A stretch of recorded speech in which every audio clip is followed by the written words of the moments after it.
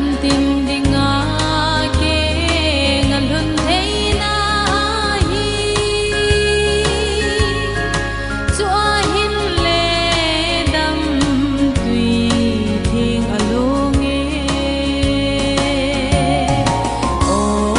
lung hai selin naw sen leng pe mi hin ki pa in sao te jam le lung ol na chitin nam tim ding in so sana hi lo mun le mun hallelujah ti vin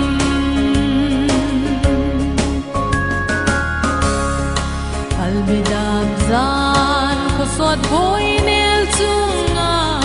kel ngoi ting hon a kel ngoi nga pe nun zan khang lai zin ga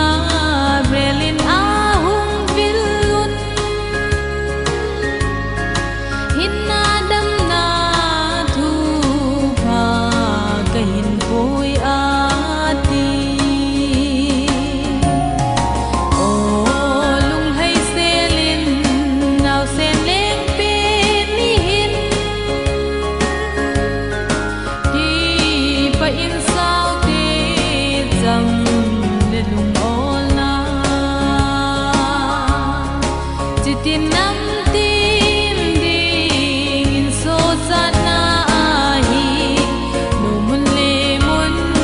hallelujah ti vin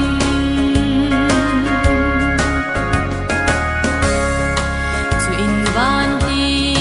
sang san van lai zola hung ti la in chung la ngei a sa ve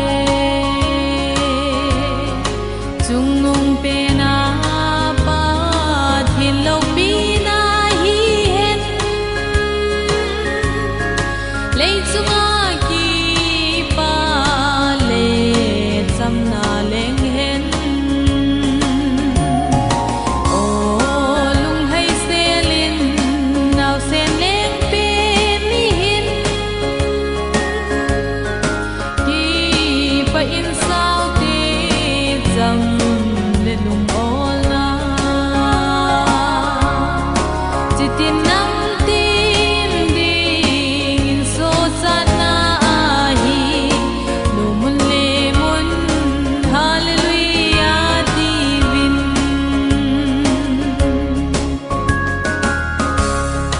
ki pa u te chung le noi leng pe mi ban khong pi le nei khong pi ging to hen leng zo si leng le pakai zo si pakai hin lai dam sung in le muti leng krista o lung hai selin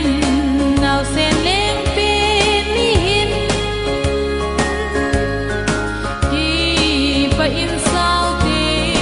jam le lung ol na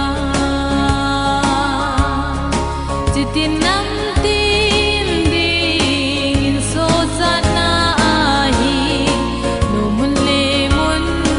hallelujah ti vin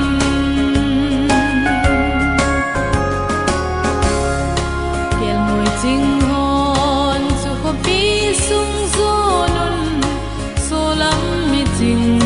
ten zong chu ko zo nun chi bai bo in vai za ten a nei sun nun